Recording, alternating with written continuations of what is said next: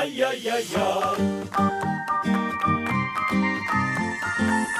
ay ay ay همیشه بخند و سر و ببر از دلا ay ay ay دوباره بلند شو امیدو ببر از کجا با پرچم بالا هم سفر ما هر بگیر از رویا از شب شب غم تا سحر ما جانمون از فردا ay ay ay هر پنجشنبه با ما پیک شادی. بینندگان عزیز، یاران و همیاران همیشگی پیک شادی، سلام و درود به همه شما. وقتتون بخیر و قلبتون پر امید و لبتون خندان و دلتون شاد باشه. گامهاتون استوار، دستهاتون پرتوان و حنجرهاتون همواره پرفریاد. باز هم با پیک شادی در خدمت شما هستیم و قصد داریم پایان یک هفته دیگر رو همراه با هم به زمانی برای نشوندن خنده بر لب‌ها و هدیه کردن شادی به دلها تبدیل کنیم. با این امید که پیک شادی این هفته مورد توجهتون قرار بگیره، بخش اول رو تقدیم حضورتون میکنیم.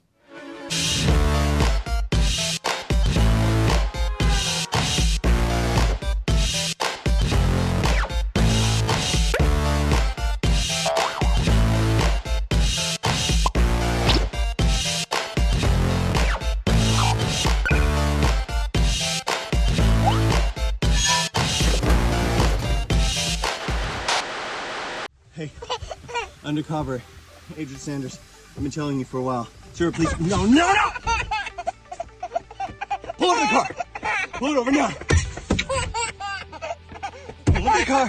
I'm not gonna ask you again.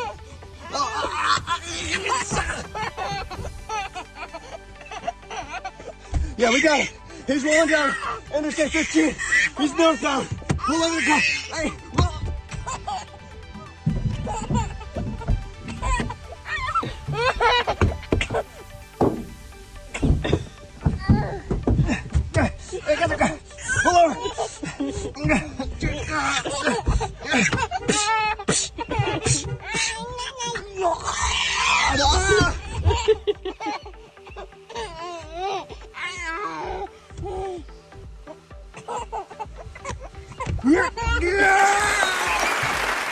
این هفته خبر تو خبر داره براتون از نظام شلمشوربای ولایت که حتی امام جمعه های خامنه ای هم زبون در آوردن و رئیسی رو اینطوری دراز میکنن. مسئله گرانی ها فرمودن اعصاب مردم رو خورد میکنه، حالشون رو بد میکنه و به اخلاق اونها آسیب میزنه. مسئله خیلی خاصیه. خب در این میان مسئله مسکن، اون هم در بخش اجاره، این اجاره بها و مسئله رهن و امثال اینها جزء مبتلا به هایی است که الان عده قابل توجهی از مردممون درگیرشن. اینطور که پیداست بوز ولایت بعد جور گیر کرده و راه خلاصی هم نداره.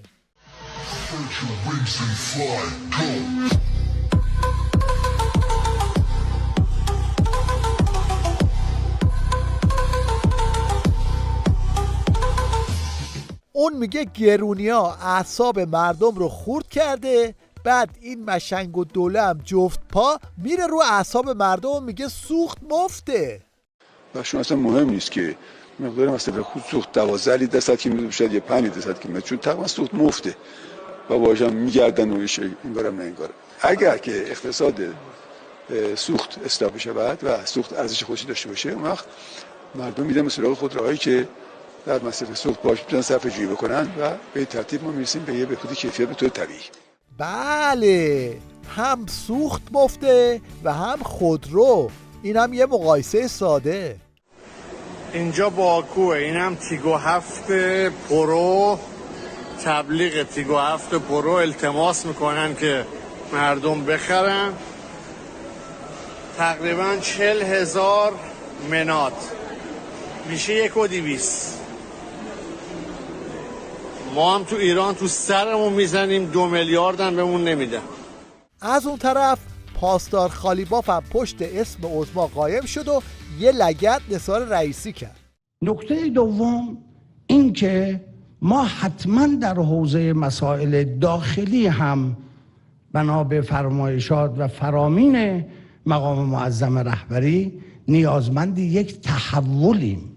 ما نیازمند یک تحول در نظام حکمرانی در داخلمون هم هستیم، چه در حوزه مسائل فرهنگی و اجتماعی، چه در حوزه مسائل سیاست و سیاست داخلی و خارجی، و چه در حوزه مسائل اقتصادی، و چه در حوزه مسائل دفاعی و امنیتی. نیازمند یک حکمرانی نو هستیم. البته این حکمرانی نوعی که پاسدار خالیباف ازش حرف میزنه و فکر میکنه میتونه باش نظام رو نجات بده، یه چیزی تو مایه های این آمبولانسه.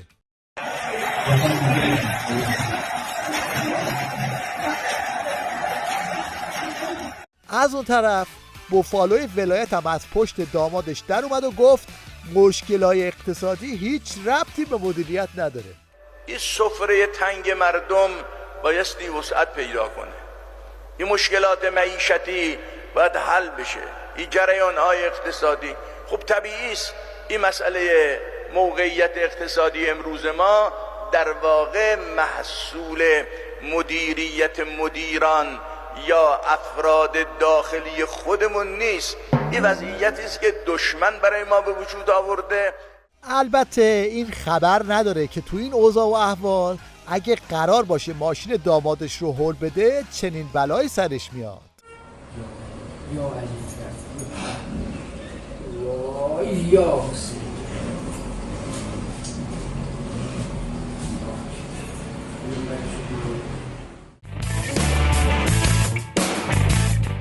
حالا بشنوید از شرشر و ریزش در نظام و عبای عظما که روز به روز پاره تر میشه. این تصویر که گوش رهبری به دهان امام زمانه، این تصویر که گویا رهبری نماینده تام الاختیار خدا در زمینه، ما با پدیده‌های اینجوری مواجه هستیم. بعد بابا لاف زدن حدی داره، مرزی داره. 40 سال 43 سال لاف، 43 سال در مقطع حساس کنونی هستیم، 43 سال وعده آینده در واقع بهتر به مردم میدیم و هر سال دریغ از پارسال. خلاصه این که هلیکوپتری که عظما میخواست با رئیسی هوا کنه به چنین سرنوشتی دچار شد.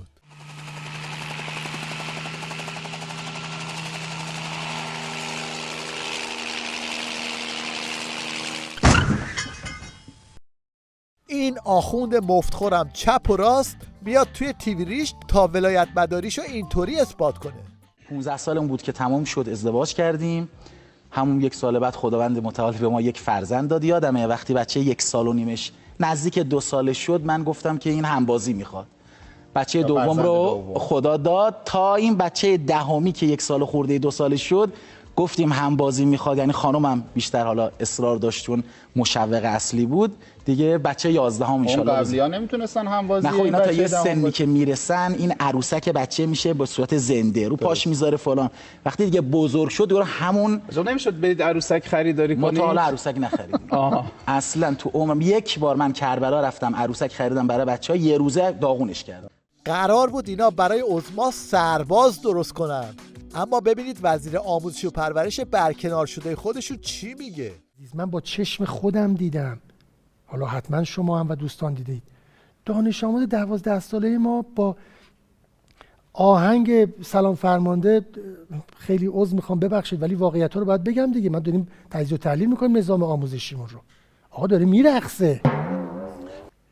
این یعنی همون که ما بدون اینکه بخوایم حتما و حتما ناخواسته است ولی داریم لطمه میزنیم به این سرود فاخر و ارزشمند.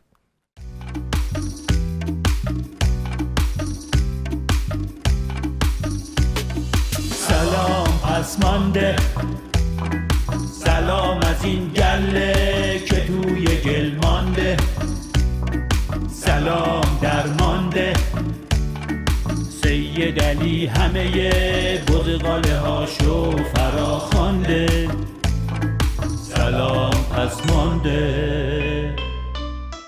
این هم جواب بچه های دهه 90 به عظما و آخوندهای حکومتی.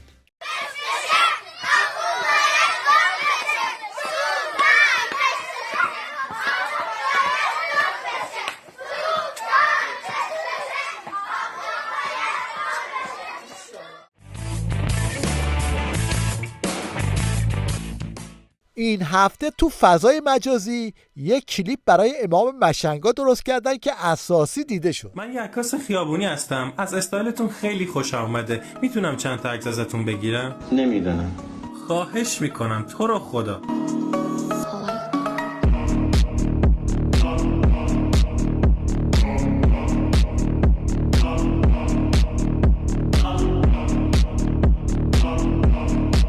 بس.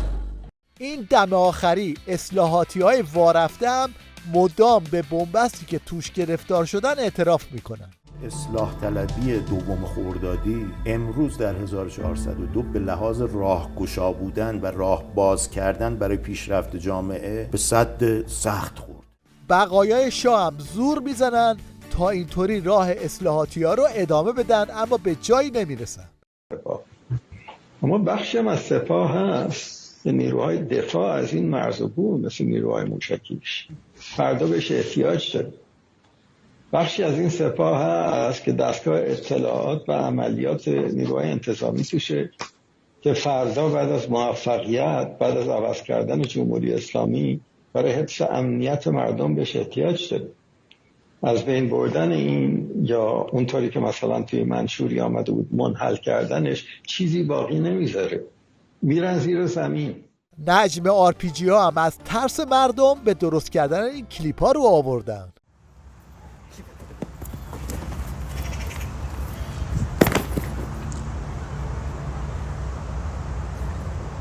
دفاع شخصی این روزا مهمترین چیز برای خانم است. این حجت الاسلام نرنژاد هم شریعت آخوندی رو اینطوری به خورد بیننده های تیوی ریش میده. چرا اسلام میگه زن قاضی نشود؟ گفتم بابا تشکر کن از اسلام. قاضی ها 4 دستن، 3 دسته جهنمی، 1 دسته در لب جهنم. این بار رو دوش تو برداشتن، مگه آش دهنسوزی نظر دادن؟ حالا اون قاضی ها پول میگیرن، ما قضاوت میکنیم بدون که پول بگیریم. جلسه شعر گذاشتن تا به خیال خودشون درباره عمق استراتژیک عظما شعر بخونن. نتیجه شده این اراجیف. بعضیا گو میگن به گاو اینجا، بعضیا گو میگن به گاو اینجا. means رفتن in English is go. هر کی میخواد به هر کجا کنه گو means رفتن، لااقل میگه یک اهن یا هو. بعضی اما بی اذن صابخونه پا گذاشتن تو خونه اینهو گو means is گاو. حالا که تا اینجا اومدیم یه نگاهی هم به دستاوردهای اقتصادی مقاومتی بیاندازیم. خب ما در این داشبورد رو باز کردیم، با این صحنه مواجه شدیم، گفتیم خدا این به چه درد میخوره وارد این داخل گذاشتیم. متوجه شدیم که این قفل داشبوردش خرابه، ولی با این ابتکار عمل مالکی دسته بیرونه.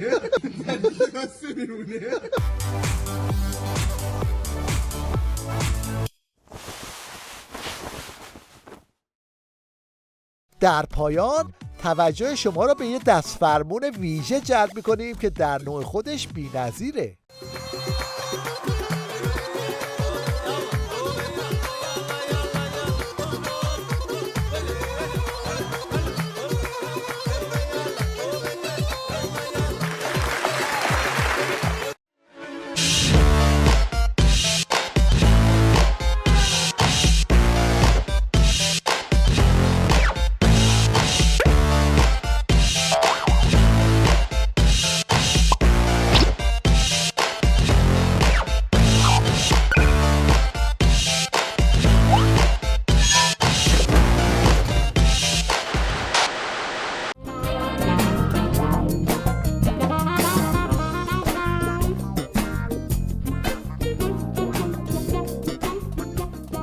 آخوندهای حاکم هر جا که پا میذارن و در هر عرصه‌ای که وارد میشن اونجا و اون عرصه رو با خاک یکسان میکنن.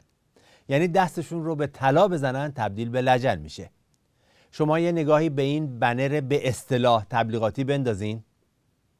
بله، همونطور که ملاحظه میکنین مردم رو به کاکتوس تشبیه کرده. بعد هم نوشته که پوشش شما به دیگران ربط دارد. وقتی یک مش آخوند بیمغز و سرکوبگر دور هم جمع بشن تا بخوان یک کار تبلیغاتی بکنن، نتیجهش همین چیزی میشه که ملاحظه میکنی. فکر کنم اینقدر قضیه مفتضح هست که دیگه جایی برای صحبت بیشتر باقی نمیذاره. بریم یه سری بزنیم به آقا جونینا که از قضا اونها هم این بار با یکی از همین بسیجی‌های بی‌مغز مواجه شدن و خلاصه داستان براشون درست شده.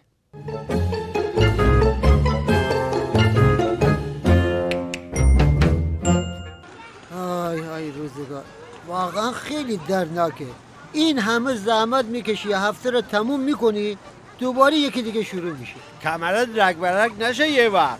آخر هفته یکم سرت اتو گوشی بیاری بیرون بد نیست ها. بیارم بیرون که چی رو ببینم مثلا؟ خیلی حال خوشی داریم. اصلا بی خودی اومدیم توی پارک. هوای پارک هم اینقدر گرم شده، به نظرم از این به بعد برای تفریح باید یه برنامه دیگری جایگزین پارک کنیم. تو به فکر خودت باش، من دیگه نیستم که بخوای با هم بیای پارک. خبرت؟ کجا قراره تشریف ببری؟ راستش الان 10 روزی هر چی فال میگیرم حافظ میگه یه سفری در پیش داری. والا با این وضعیت مالی که تو داری فکر کنم منظور سفر آخرته. هر هیچم خنده نداشت. اسی این همون بسیجی پروی است که به مردم تو پارک گیر میده، باز پیدا شده. ای شفتالو بیا اینجا بینم. با کی بودی شفتالو؟ مگه غیر تو شفتالوی دیگری میبینی اینجا؟ ببین من باهاتون کاری ندارم، خودتون دارین فتنه رو شروع میکنین ها. خوب میکنی. چند تا ساندویچ گرفتی که بیای مردم آزاری کنی؟ کار دیگه بلد نیستی تو؟ کار که زیاده، منتها امتحانای استخدامش سخته. یه بار یه جا رفتم برای استخدام، یه برگه دادم پر کنم، یه قسمتش نوشته بود سطح زبان، منم نوشتم نرم و مرطوب، نمیدونم چرا بیرونم کردم. ببین اسکول، منظور زبان انگلیسیت بوده. زبان انگلیسیم که خیلی خوبه. جدی؟ خب بگو ببینم، اگه انگلیسی بخوای به کسی بگی بیا اینجا چی میگی؟ Come here. چه خوب بلده، از بسیجی بعیده. خب اگه بخوای بگی برو اونجا چی میگی؟ اول خودم میرم اونجا، بعد میگم come here. منو مسخره میکنی؟ نه بابا، تو که مسخره کردن نداری ایفنون. از من به تو نصیحت، سفر آخرت نزدیکه، برو وصیت خودت بنویس. فتنه‌گر محارب، من وصیتمو خیلی وقت پیش نوشتم. وصیت کردم اگه سکته مغزی کردم جسممو اهدا کنن به مقام عظما که جسم ناقصه ایشون کامل بشه. سکته مغزی؟ شفتالو جان، تو مغزت کجا بوده که بخواد سکته بکنه؟ باید بشینیم با هم برای مردن یه فکر دیگه بکنیم.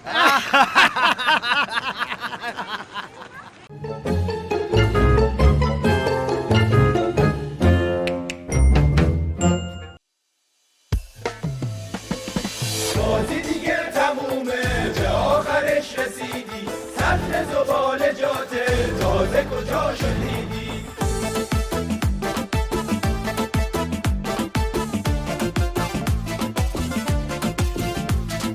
تنها به سفت تحریم راه نفس رو بسته، نمیشه زهر رو خورد و نبوم و ساخت با هسته. قاسممون تیلیت شد، فخریمونم دیلیت شد، توی عراق و لبنان اوضاع حسابی سید شد. یه آتیشی تو راهه کتاب حال ندیدی، میسوزونیم ریشتو تازه کجا شدیدی، تازه کجا شدیدی.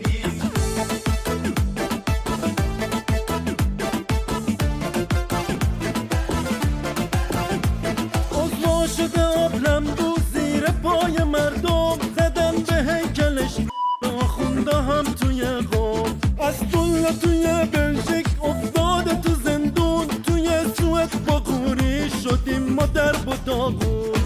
این همه سال تو دنیا پیچوندی و پیچیدی، نسخت ما میپیچیم، تازه کجا شدیدی، تازه کجا شدیدی.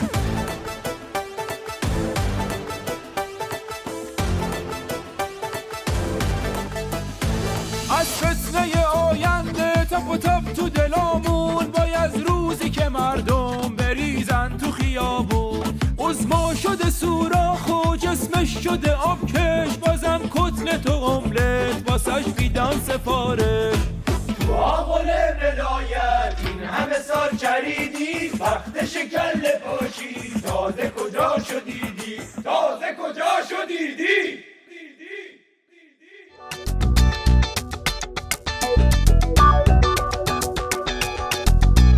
سریال جلسات شعر خامنه‌ای یکی از مضحک‌ترین سریال‌هاییه که مدت‌هاست ادامه داره و هر بار عده‌ای قافیه باف و ردیف ساز دور تا دور ولی فقیه جانی میشینن و با پاچه‌خواری و سرهمبندی مهملات ولایت پسند یک طیب اللهی، یک آورینی، یک ایوالله انفسکم چیزی از خامنه‌ای تحویل میگیرن. سری به آخرین جلسه شعر خامنه‌ای بزنیم و ببینیم که مداحان ولایت این بار چه کردن و چی برای خامنه‌ای خوندن. عزی پوکیده و من در خروش و جوش نباشم، خدا کند که بمیرد کفن فروش نباشم. آفرین. عبای زرد ولایت چو گشت پاره و پوره، چرا بسیج پریشان پاره پوش نباشم. خیلی خوب. انشالله موفق باشید. گر خر برود ز خر عبایت، نرود تأثیر طلسم کشک هایت، نرود اینک که شکسته شیشه عمر ندام، آهسته بیا شیشه به پایت نرود. گفتی میان آتش فتنه چه می کنی؟ گفتم که خر درون گل شل چه می کند؟ دوغ و بلال کشته مرا، شیر برنج هم با حجم فتنه عظمای اسکل چه می کند؟ خیلی خوب. انشالله موفق باشید. می شناسم گاو و مرغ و قاز را، می شناسم خاک و خاکنداز را. می شود دره به چه نزدیکتر، اندکی عظما به ته نزدیکتر. اصلاح این نظام از اول محال بود، اعدام در شریعت عظما حلال بود. آفرین آفرین. در دستهای کشک پر از پوچی امام، یک قاچ سیر و منقل پرزغال بود. عظما چه بود نقش تو در خانه مریض، در پاکت نخودچی و کشمش بلال بود. خیلی خوب. شما مضمونی سخنرانی 1 ساعتی ما رو تو چند دقیقه بیان کردید. خیلی هم خوب. عظما ولی مشتی باقالی بود، در سفره او کباب باحالی بود. از بینی سیدعلی در آورد قضا، مشتی که نثارش شد و بس عالی بود. خیلی خوب. من از تو مخپکرتر هستم اما خوب میدانم، که شام هیچ شب جز دلمه از آلویش شیرین نیست. خدا لعنت کند آن بد امام مفت پرخور را، فقط این حال عظمای خونین و مالین نیست. فارسی ایشون هم مثل عربی ما بود.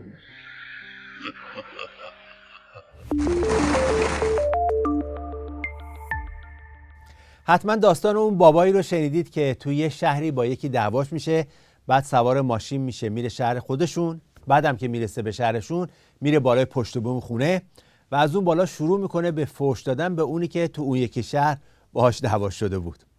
حالا جالبتر از خودش پدرشه که میاد توی حیاط داد میزنه، میگه پسرم بیا پایین الان خون به پا میکنی ها.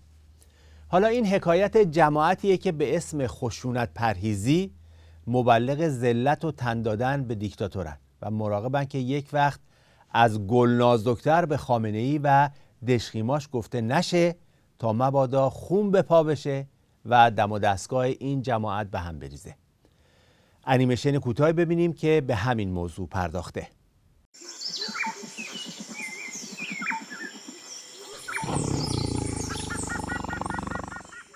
بابا گرگ. الو آقا ما تو جنگل گیر کردیم، گرگا محاصرمون کردن، چیکار کنیم؟ آروم باشید جانم، آروم باشید، همونجا بشینید، مبادا جا میخورید. آتیش روشن کنیم؟ آتش؟ نه مبادا آتش روشن کنید، گرگا وحشی تر میشن. با چوب برم سراغشون؟ چی؟ چوب؟ نه مبادا خشونت به خرج بدید. اگه به گرگا حمله کنید اونا حمله میکنن، چرخه خشونت ادامه پیدا میکنه اینطوری. ای بابا چیکار کنیم پس؟ دارم میان بخورنمون. مهم اینه که شما وجود گرگا رو اطلاع دادید. الان دیگه همونجا بشینید برقصید. گرگا اگر رقص ببینن فرار میکنن. نه بابا رقصیدیم پسرمون رو خورد، چیکار کنیم حالا؟ اونجا بشین هشتگ بزن، اشکالی نداره. مبادا عصبانی بشی ها. اگر تکون بخوری دخترت هم میخورن. ببین میتونی گرگا رو جذب کنی. گرگ خوبم داریم، از خود گرگا کمک بگیر. خفه بمیر بابا مرتی که گرگ صفت، تو رفیق ما یا رفیق گرگا؟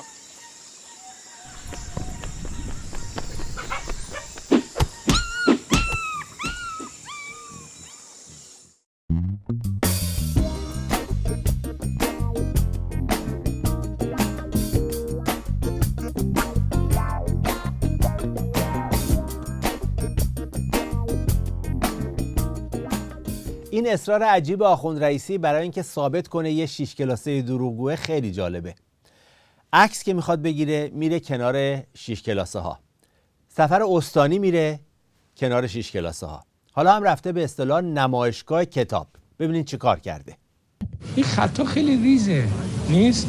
خطاش خط درشته بره بچه، بعد هم یعنی با تصویر همراه، تصویر رنگیه، بچه به دلش میشینه. خود بچه ها کمک میگیریم که مجله حالا محتواش تولید بشه. خیلی کار خوبیه. رئیس جمهور دلش میخواست همه این کتاب ها در کتابخانه دبستان ها و دبیرستان ها باشد. یعنی اینکه بین اون همه غرفه رفته تو غرفه دبستانی ها، به نظر شما اتفاقیه؟ اینکه بین اون همه موضوع کتاب گیر داده به اینکه چرا خطشون ریزه، به نظر شما اتفاقیه؟ خب همین کارا رو میکنه که بهش میگن 6 کلاسه دروغگو. احتمالاً اگه ازش بپرسن چرا هنوز تو کلاس 6م درجا میزنی، میگه خط سوالای امتحانیم ریز بود، نتونستم جواب بدم. آخوند رئیسی رو زیر قطار سوتیاش ول میکنیم و میریم سراغ کامنت این هفته.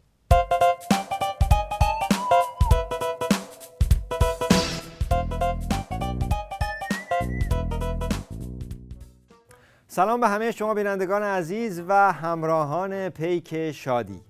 من هم سلام عرض می‌کنم خدمت همه بینندگان. اگر موافق باشید سریع بدون مقدمه بریم روی کامنت این هفته. بله چرا که نه.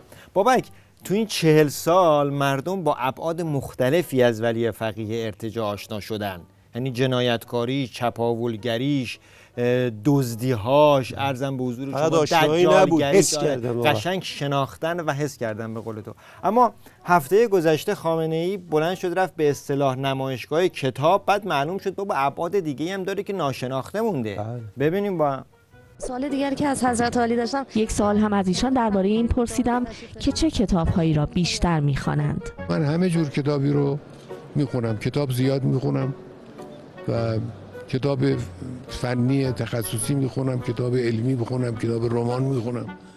همه جور کتاب میخونم. من فقط نفهمیدم منظورش از کتاب فنی تخصصی که گفت چیه؟ من فهمیدم منظورش. یه کتاب تخصصی داره تو ترمودینامیک حوزوی که یکی از تزاش تبدیل ریال به پهنه که انجام شده، تز خاص خود خامنه‌ای. اون فنی تخصصی اون بوده. ببین مهران، این اداعتوارا تو دیکتاتورا چیزی جدیدی نیست. هیتلر هم 60 میلیون رو کش ولی نقاشی خیلی علاقه داشت. میگه اگه ولم کنی میرم نقاش میشم. تیمور لنگ از جمجمه‌های آدمای بیگناه منار میساخت ولی شعرم بلد بود و حفظ میکرد.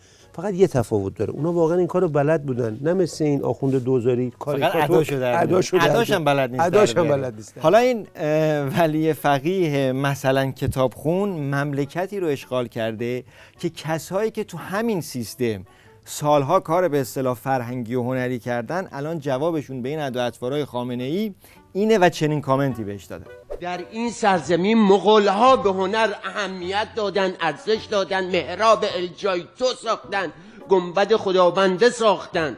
این دوره 40 ساله همه اینا رو خراب کردیم. هر لحظه انقلاب از 57 تا حالا رو راجع به هنر بخواید انقدر براتون صحبت بکنم که تاریخ نداشته باشه. خب یکی از دستاوردهای خمینی و خامنه‌ای روسفید کردن مغول بود. اما یه نکته مسخره تو این فیلم هست. یکی پوزیشن اون خبرنگاره است، یعنی موقعیتی که خبرنگاره قرار گرفته. خب می‌بینی شاه سلطان ولایت رو صندلی نشسته، یه خبرنگار هم هی دلار راست میشه سوال میکنه. اتفاقا راجع به همین خبرنگار خودش صحبت کرده، گفته که این خاص‌ترین گفتگوی بنده بود، یکی از بی استرس ترین مصاحبه هایی بود که در عمر کاری هم تجربه کردم. بله راست میگه، استرس نداشت. یه موقع سوالا رو که داده بودن، جوابا هم که داده بودن، لوکیشن هم که مشخص بود. استرس اون بیننده های تحمل کردن که این صحنه تهوع‌آور رو نگاه کرده میشه. تو چه استرس که عرض کنم جنگ اعصابه. تو دلار راست میشدی آخه. خود این یه سنت عجیبی بود تو مصاحبه.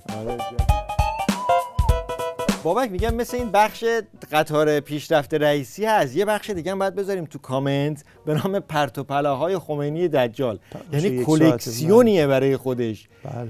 چند سال این گور به گور شده، هنوز که هنوزه مثلا میرن جدا میکنن یه کلیپایی از حرفاش در میارن، 1 ساعت میخندن تو مجازی. بله 1 ساعت میبره. البته این که از توی حرفای خمینی چرت و شولا دراری کار سختی نیست، حرف درست نزده، حرف مزخرف تا دلت بخواد. یه نمونهشو ببینیم. کلمه دموکراتیک را ازش نترسید، ازش که حذفش را بترسید. این فرم غربی است. ما فرم‌های غربی را نمیپذیریم. چی بگیم مثلا؟ ذات این آدم با دموکراسی بیگانه است. حتی کلمه‌شو نمیتونه بگه، مثل این ماشینایی که میگفتن تو گل هی گاز میدن بوکسواد میکنن. به محض اینکه کلمه رو میگه آب روغن قاطی میکنه. استرس بهش وارد شد. بعدم که فعل و فاعل زبان فارسی رو جوید توف کرد انداخت بیرون. جملهش اینه: نترسید ازش، اگه از حذفش بترسید. من اگر حذف بشه بترسید. خود این جمله رو چند بار باید آدم چیز کنه تا روون بشه تو زبون. البته خمینی نشون داد که نه تنها همه ملت ایران اموالش و نفوسش و زبان مردم ایران هم قتل عام کرده با این مزخرف گویی. بسیار خوب، بریم سراغ قطار پیشرفت رئیسی و یکی از جدیدترین قمپوزهای رئیس جمهور خامنه‌ای. اگه رئیسی از قطار پیشرفتش کوتاه بیاد تو کوتاه ادامه میدیم. این که ما تونستیم ظرف این مدت در دولت بیش از 50 میلیارد دلار صادرات داشته باشیم یک رکورد 40 ساله است. این یک رکورد 40 ساله است. این نشون میده اراده جدی دولت رو بر گسترش صادرات. خب بابک نظرت چیه؟ اراده دولت برای گسترش صادرات رو گرفتی؟ من اصلا سر این نظر ندارم. فقط به رئیسی باید بگم که گز نکرده پاره نکن. خود نفر رئیسی آدمش برمیگرده میگه که پشت دستاوردسازی و این رکورد زنی های رئیسی چیست؟ دستاوردسازی خودش کلی سیخه دیگه. اون که برگشته میگه اصلا ما آمار نمیدیم چند سال، از ترس اینکه قاف و گندش تر بیاد اصلا آمار نمیدیم. بس چی میگه این رئیسی که من نمیدونم آمار دادیم و رکورد شکستیم و مگه تو شعار مردمو نشنیدی؟ میگن 6 کلاسه دروغگو حاصل وعدات کو. ببین اصلا من هیچ کامنتی سر صادرات واردات رئیسی نمیذارم، فقط بهش میگم از الان تا روزی که جلوی دادگاه خلق قرار بگیره وقت داره بگه 50 میلیارد دلار چند تا صفر داره، از قالیباف کمک بگیره، استب مجلس کمک بگیره، بیت خامنه‌ای کمک بگیره، فقط بگینه بشمره که به چند تا صفر داره، بعد بیاد راجع به صادرات. من هیچ کامنتی دیگه برای صادرات وارداتش نمیذارم. یه نکته جالبی که وجود داره تو نظام ولایت این پشت پا انداختن برای همدیگه است. یعنی اینکه تازه نظام یکی دستیه که قرار بوده دولت و مجلس و اینا همه کنار هم باشن، الان مثلا یکیشون میاد دم از خودروی داخلی و خودکفایی و اینا میزنه، بعد اون یکی میاد عکس اینو میگه. نمونهشو قبل ببینیم. از اینکه بریم روی اینا مثل باکتری میمونن، یه دونه هم که بشن نصف میشن، هر کدوم با نصف میشن، هیچ موقع یه دست نمیشن. حالا ببینیم این نمونه رو. ما امروز از تولید به چی توجه کردیم؟ همین چیمون شده تولید غیر استاندارد. همه بلند میشن موتور از چین میارن اینجا، یه لاستیکشو میخرن اینجا، ماشین از چین میارن اینجا، نمیدونم یه باتریش از اینجا میخرن. این که تولید ملی نیستش که، این چه تولید ملی که انتظار حمایت هم وجود داره. بله اینم از خودروی داخلی. البته من سر این که رژیم توی صنعت مونتاژ بی‌رقیبه حرف ندارم. اصلا امام دجالشون خودش مونتاژی بود، موتورش انگلیسی بود، جلوبندی و شاسیش هندی و اینا از همونجا صنعت مونتاژ رو سلوحه کارهای خودشون گذاشتن. تا اینجا که اومدیم تو هم از قطار پیشرفت رئیسی صحبت کردی، خوبه یه فلاش بک بزنیم به قدیما که اون موقع که رئیس جمهور رئیسی تازه کاندیدا شد یک نوحه براش یک مداح ولایت مدار خونده که خیلی مناسبه این قرار بود دولت جوان. بله خیلی مناسبه این روزاست. دولت جوان تشکیل میشه، دولت کرامت پر عنایت، با مدد صاحب ما سلطان شد کابوس مفسدی حامی مستضعف، دولت امید برای ایران. آره حالا صحبت مداح و این حرفا شد. الان یه خبر هست که مداحی که خواننده سلام پسمانده بوده، محافظش با شوکر به سرباز راهور حمله کرده. بابا اینا مداحاشون هم محافظ دارن، خیلی وضع خرابه. واقعا زلزله که بقوش قاطی میوه کرد. من یه سوال بکنم، مگه خامنه‌ای نگفت که این سرود سلام پسمانده یا به قول خودشون سلام فرمانده نشان اقتدار و امنیته؟ خواننده‌اش امنیت نداره. من یاد اون داستان افتادم، یارو که نون نداشت بخوره پیاز می‌خورد اشتهاش باز بشه. بعد این چه نظامیه؟ بسیجی صورتش میپوشونه، لباس شخصیش پلاک موتورش میپوشونه، سایبریش با اکانت مخفی میاد. اون چه اقتدار، مداحش هم که محافظ داره. مداحش هم که چه اقتدار پوشالیه. بابا واقعا گندتون بزنه با این اقتدارتون. حالا الان داستان اون حلوا کردن ها و مداحی ها و اینا همه تموم شده. الان کار به جایی رسیده که تو خود باند خامنه ای هم به این رئیس جمهور نور چشمی خامنه ای لگد میزنن. همه جوره هم لگد میزنن. از تو نمایش جمعهش که امام جمعهاش میان میگن آقا این چرا اینجوری، اقتصاد چرا اینجوری، تا لگد تصویری هم میزنن.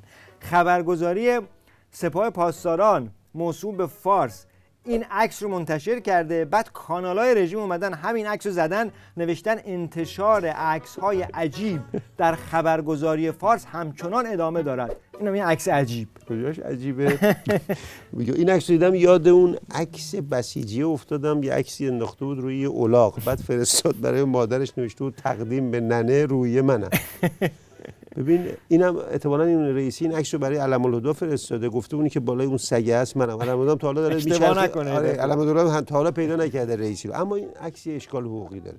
اگه گفتی چیه اشکالش؟ سگا دیگه. ببین این سگا زنده یابن، یعنی موجب پیدا کردن انسان ها میشن از زیر آوار. اون یارو آخونده رئیسی آدم کشه، زنده کشه.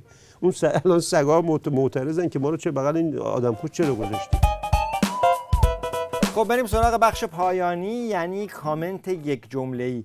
این فاطمی امین بود وزیر سمت که با اون همه جنجال و شاسی بلنداد و خوب تقسیم کنه شاسی بلندا رو، بعد برکنارش کردن و استیزاش کردن. حالا دوباره برگشته به دولت، این بار در کسوت مشاور آخوند رئیسی. اشکالش این بود که مدیریتش تو تقسیم شاسی بلند خوب نبود. یه سری از قلم انداخت، اونا براش پشت پا زدن. با این حال برگشته شده مشاور رئیسی. خب اینو من جزو یکی از بزرگترین دستاوردهای رئیسی میدونم، بازیافت زباله. یعنی یک کار خوبی در بازیافت زباله شده، جزو همون قطار پیشرفته. این یه جمله تمام. یه تبصره بگم، ببین توی رژیم انتظار نداشته باش کسی از این منصب بذارنش کنار. عین قانون انرژی از بین نمیره، البته انرژی منفی. این از این منصب برمی‌دارن میرن توی منصب قانون ماده و انرژی. یعنی ببین آدم‌های رژیم تا روزی که سرنگون بشن همینطوری میچرخن از این منصب به اون منصب. از یه جمله زدی بالا ولی قبول نمیشد آخه آدماش از یه جمله وضعیتشون بیشتر. بینندگان عزیز ممنونیم که این هفته هم با ما بودید و تا برنامه بعد خدا نگهدارتون. شاد و سرفراز باشید.